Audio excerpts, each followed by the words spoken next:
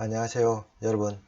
오늘의 천자문 사자는 209화 환선원결입니다.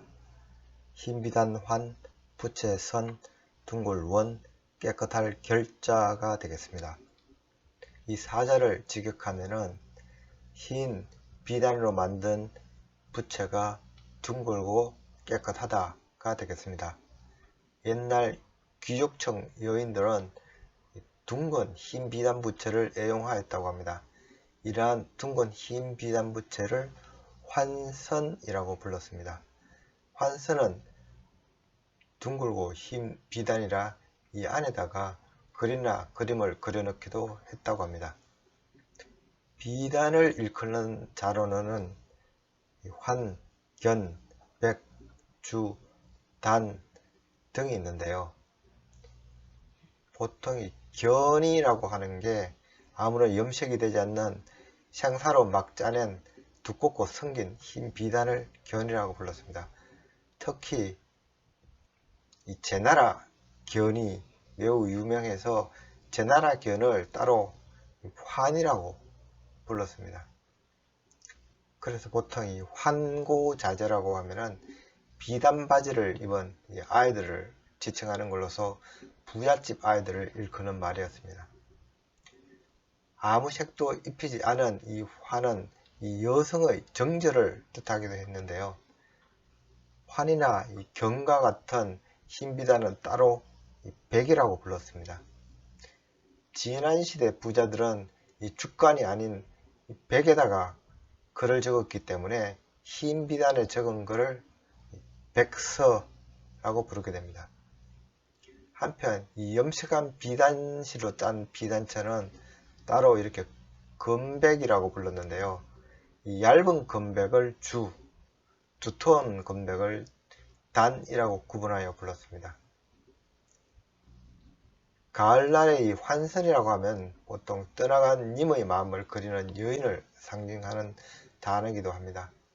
이는 한나라 성제의 후궁이었던 반첨녀가 지은 원가행이란 오원율시가 그 기원이 되는데요.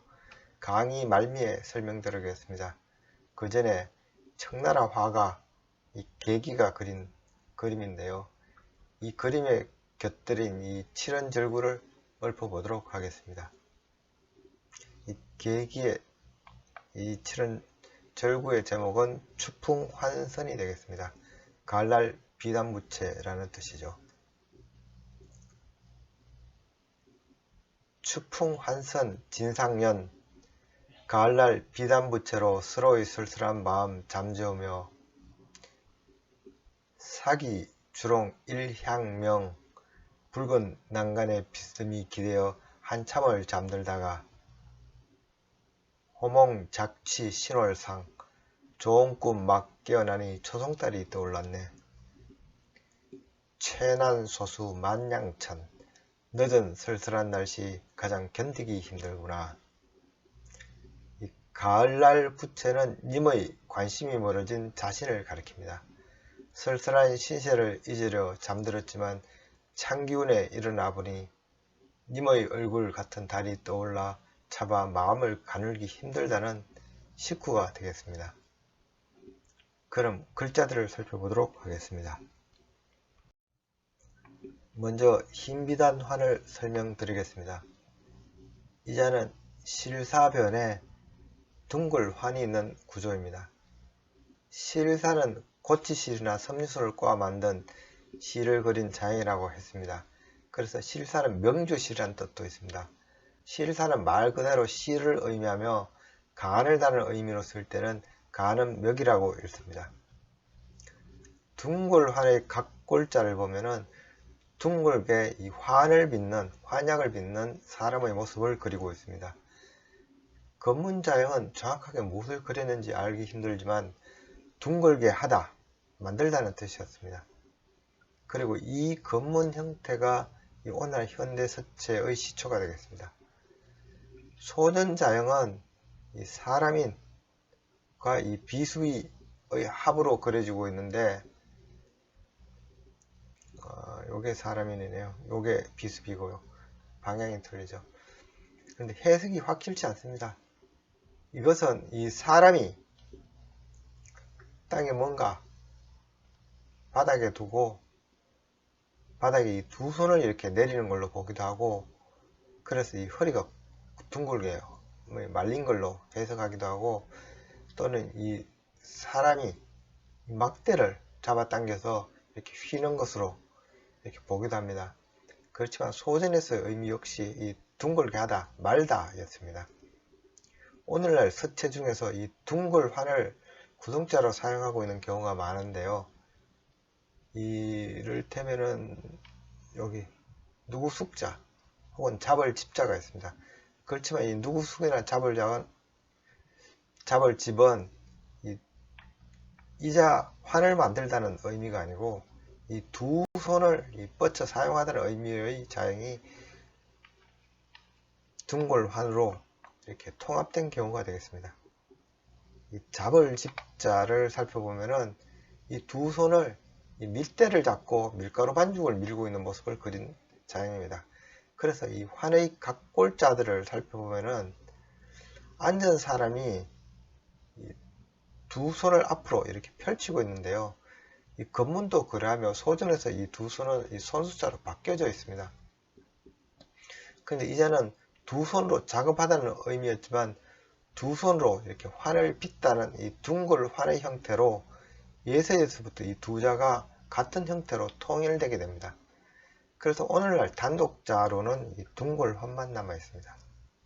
그래서 이 둥글 환의 의미는 둥글다, 둥글게 하다, 환약, 알, 방울, 전동 등 이 둥글다는 의미를 갖고 있습니다. 그리고 이 두 손을 사용하다는 의미는 이제는 이 둥글 환에는 없고 이 구성자로만 이렇게 들어가 있습니다.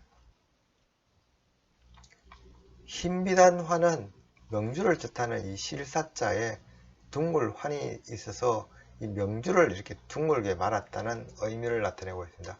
이런 가짜는 아무런 문양이 들어가지 않은 흰 원단의 의미가 있습니다.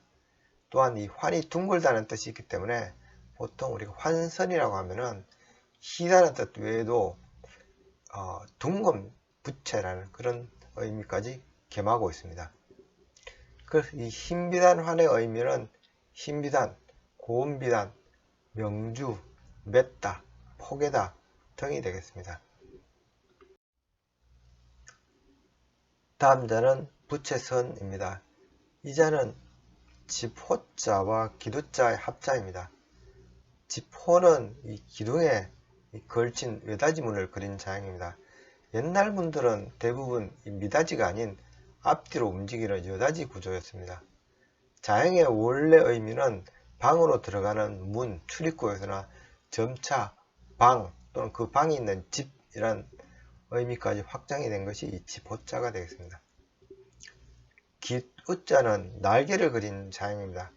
각고나 건문은 이 잠자리 같은 이 곤충의 날개까지 의미했는데요. 그러나 소전음서 이 깃털로 된 이 날개로 정리가 됩니다. 그래서 그 의미가 새의 깃, 날개, 활의 깃 등을 의미합니다. 이 깃털은 공중에서 이 하늘거리며 천천히 떨어지는다 해서 늦추다, 느슨하다는 의미가 더해지는데요. 이때는 늦출호로 읽고 있습니다. 부채에서는 이 앞뒤로 움직이는 이 여다지문과 이 기숫자의 합자입니다. 이는 이 깃털로 만든 이 부채의 이 앞뒤 왕복 운동을 묘사하고 있습니다. 그래서 그 의미가 부채, 부채질하다, 성하다, 세차다 등이며 문짝, 살인문의 의미도 있는 것이 부채선이 되겠습니다. 그리고 이 선에는 걸레의 의미가 또 포함되는데요. 정확하게는 이 먼지털이의 의미가 되겠습니다. 옛날 먼지털이는 이 깃털을 엮어서 만들었기 때문에 먼지털이도 깃털을 흔든다 해서 나온 뜻이 이 먼지털이, 걸레가 되겠습니다. 부채는 이 기원이 매우 오래됩니다. 이집트에서도 부채가 있었다고 하는데요. 이 동양에서는 상나라 때 이미 꽁의 깃털로 만든 부채가 있었다고 합니다.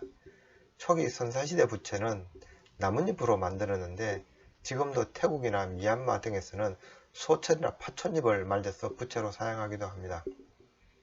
초기 쇠의 깃털로 된 부채는 평민들은 사용하지 못했습니다.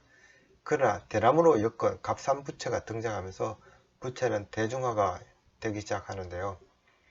이 한자로 이 깃털 부채는 기수자가 들어간 이 부채 선으로 줬고, 대나무로 엮은 부채는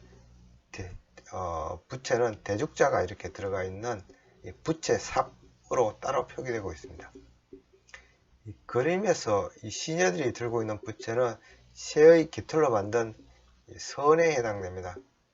고대 중국에서 초기 부채는 바람이나 햇빛을 막는 용도였고, 이 바람을 일으키는 용도는 아니었다고 합니다. 따라서 이 부채는 손잡이가 긴 이 장병선 형태로 먼저 발전이 되었습니다. 그래서 시종들이 주인 곁에서 이 부채를 들고 서 있기만 했는데요. 따라서 이 부채를 든 사람들은 시종이나 시녀를 의미하게 되므로 이 나젤 비자는 이 부채를 든 손을 그린 자형이 되겠습니다. 또한 이 나젤비는 장병선에서 따왔기 때문에 세워들다는 속뜻이 있기도 합니다. 서한 이후 부채는 바람을 일으킬 목적으로 자루가 짧은 단병선 형태로 유행을 하게 됩니다. 이후 부채는 개인이 가지고 다니는 아이템이 되었고요. 제갈공명의 하구선이 유명하죠. 이후 5세기 남북조 시대에 이르러서는 이 부채는 접부채 형태로도 출현하게 됩니다. 이 마지막으로 이 옛날 깃부채는 화려한 이 수컷의 이 깃을 뽑아서 만들었는데요. 그래서 수컷의 상징인 이 깃을 뽑다는 말은 거시하다는 의미로 확대가 되었습니다. 그래서 이 깃부채를 뜻하는 이 부채선은 또 이상하게도 거시하다, 거시한 순말이라는 색다른 뜻이 또 포함되게 됩니다. 말의 경우에는 그 의미를 확실하게 하고자 이 말맞자를 이렇게 변해 붙인 형태가 불깔선이 되겠습니다. 그리고 부채는 재료에 따라 이 천을 뜻하는 이 수건건 혹은 대나무를 뜻하는 이 대죽자가 들어간 부채선이 따로 만들어지기도 후대에 만들어졌는데요. 거의 서지는 않고 있습니다. 다음 자는 둥골원입니다. 이 자는 에어살 위와 인원원의 합자로 이루어져 있습니다. 에어살 위는 이 나라국의 간자체로 요즘 많이 사용되고 있는 자형입니다. 자형은 각골자부터 있었던 오래된 자형이지만 단독자로 쓰인 것은 이 소전에서 나라국의 간자체로 쓰이기 시작하면서부터입니다. 그 전까지 에어살 위는 단독자가 아닌 구성자로 주로 사용이 되었습니다. 이를테면 이 나라국자 아니면 그림도자, 이 검문 자형들을 보면은 이 주변에 에어살 위가 있습니다. 에어살 위는 마을 주위로 둥글게 막은 다음으로 외적이나 산짐승의 침입을 막는 울타리를 그린 자형이었습니다. 참고로 이 나라국은 울타리를 지키는 사람을 그린 자형으로 각골자는 이 창가자와 입구자의 합자로서 경계점호를 하는 사람을 의미합니다. 그림도는 이 식량창고가 안에 그려져 있는데요. 식량창고 주위를 두른 이 울타리를 그린 자형이 그림도가 되겠습니다. 이 밖에도 이 가둘수는 이 울타리 안에 사람인이 들어있어 이 죄수를 가둔 모습을 그린 자형이 되겠습니다. 따라서 이 에어살 윌은 이 의미가 에워사다, 둘러사다, 가두다 였습니다. 이후 나라국의 간자체로 사용이 되면서 나라, 도, 국가 등의 뜻도 갖게 됩니다. 인원원은 위에 입구자와 밑에 조개패의 합자로 보이지만은 원래 이 각골자를 보면은 위에 이 모정자와 아래 이 소정자의 합자로 되어 있습니다.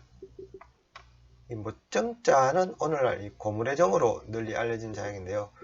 고대에는 영역 표시를 위에 말뚝으로 하였는데 모정자는 말뚝을 위에서 내려다본 형태가 되겠습니다. 그래서 이 자형의 의미가 영토, 영역, 울타리였는데요. 이 모정자는 말뚝질의 의미도 있어서 일꾼이라는 이 속뜻이 있는 자형이기도 합니다. 참고로 오늘 이 못정자는 이 변에 이 세금자가 들어가 있죠. 재료에. 솥정자는 이 음식을 끓이던 솥을 그린 자양입니다만, 옛날 솥은 이 일반적인 솥이 아니었고 이 왕가를 상징하던 기물이었습니다. 솥은 일반인이 가질 수 없었고 부유한 사람들만 가질 수 있었기 때문입니다. 왕가의 솥에는 이 국가 종묘의 공덕이 이렇게 기록이 되었으며 중요한 제사에 사용이 되었다고 합니다. 고대 중국에서 왕권을 상징하는 기물로는 이 구정이 매우 유명합니다. 하나라 시조였던 우임금이 중원을 구주로 나누고 그 구조에서 모은 청동으로 주장한 것이 이 구정이라고 이 사기에 기록되어 있습니다. 구정은 대대로 왕가의 상징물로 내려왔지만 진이 주를 멸할 때 사수 이 강바닥에 가라앉아 버리게 되면서 진나라 때부터는 새로이 옥새를 새겨 왕권의 상징으로 삼게 되었다고 전해지고 있습니다. 이 사진은 베이징 중국 국가박물관에 전시된 구정 복원품이 되겠습니다.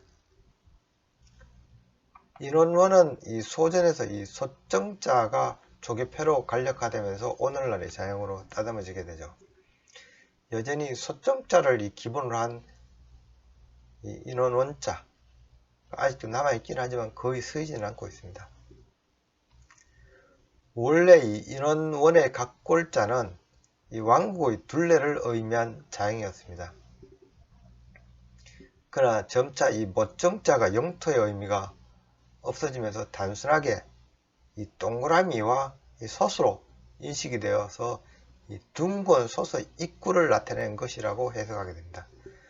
또한 이 못정자 자체도 일꾼의 의미가 있기도 했기 때문에 이 식사를 함께하는 식솔의 의미가 생겨나게 되고 그 뜻이 발전되어서 인원, 관원, 명수의 의미로 발전이 되었습니다.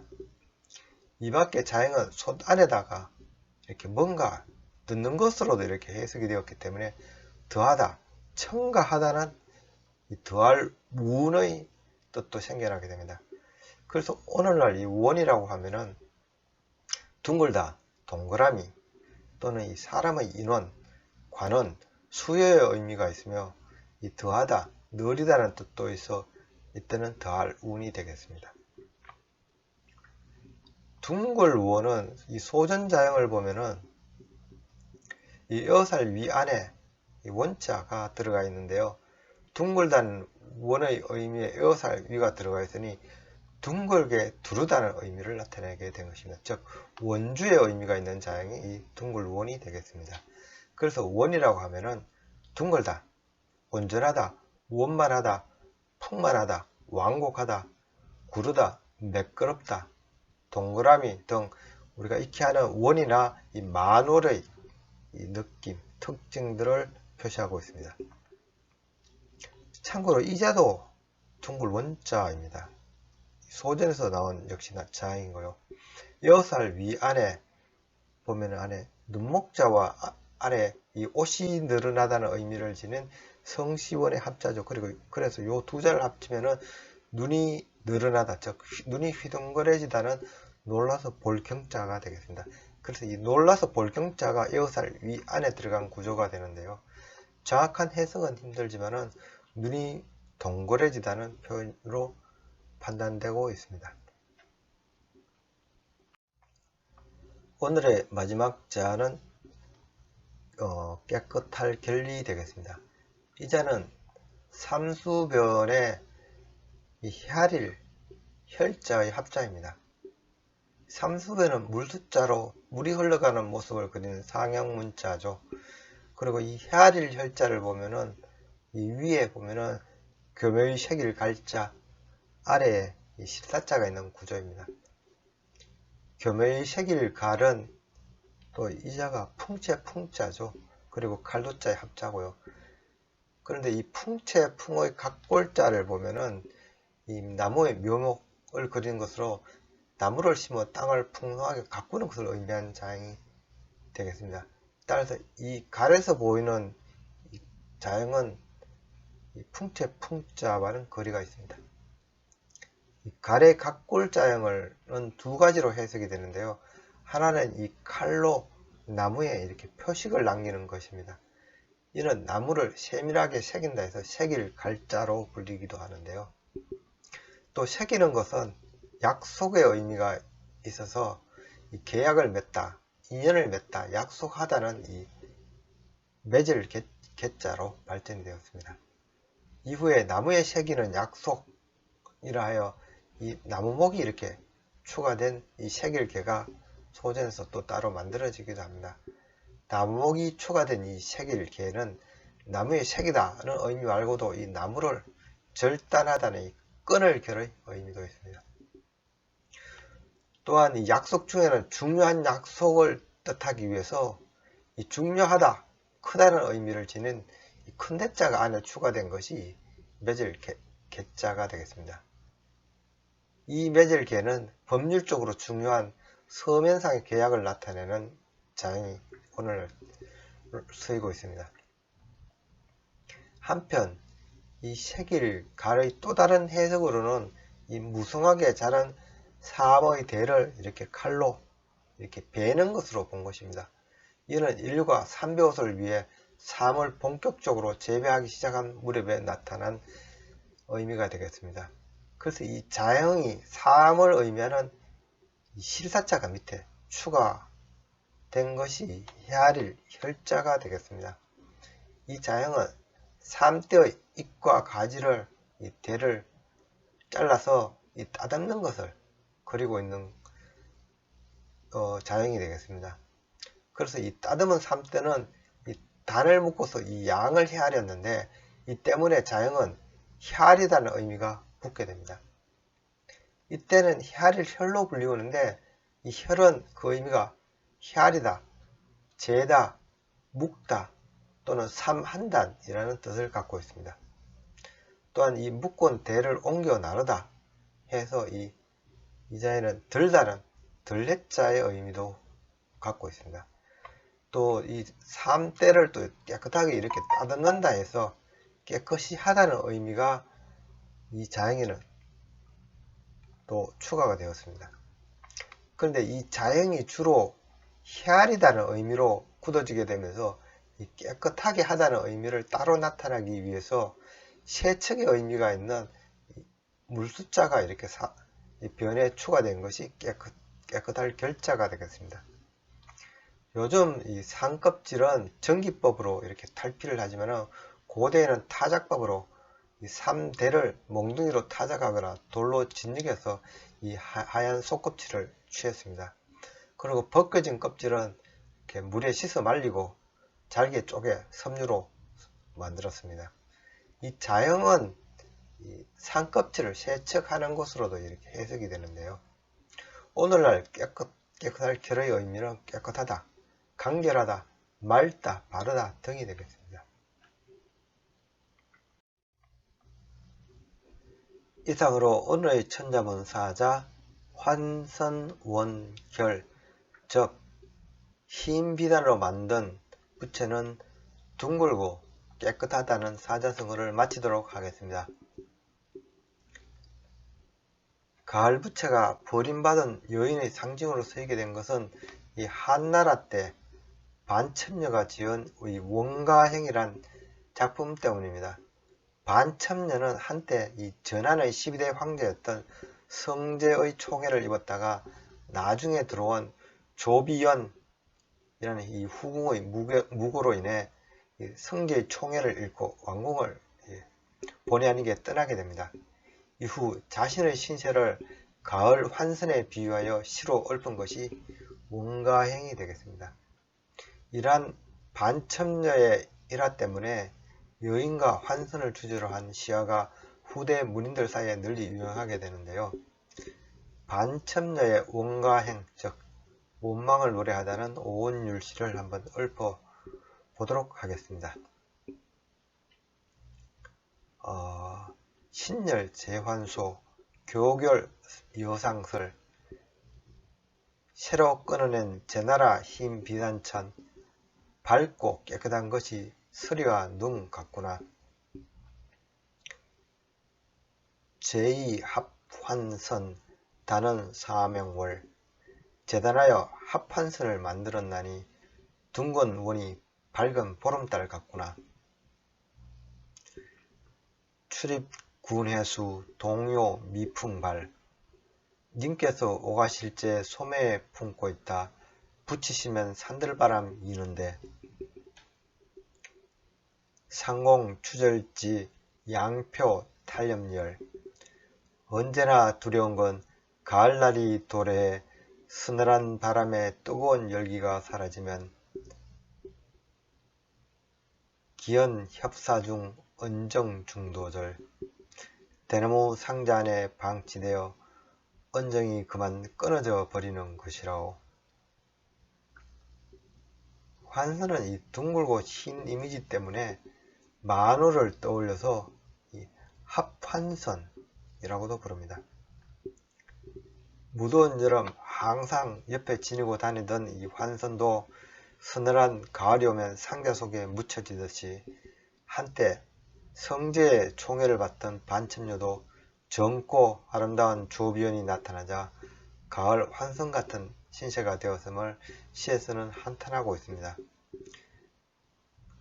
그런데 이 반첩녀와 조비연의 다툼에서 최고의 승자는 누구였을까요? 지금까지 시청해 주셔서 감사합니다.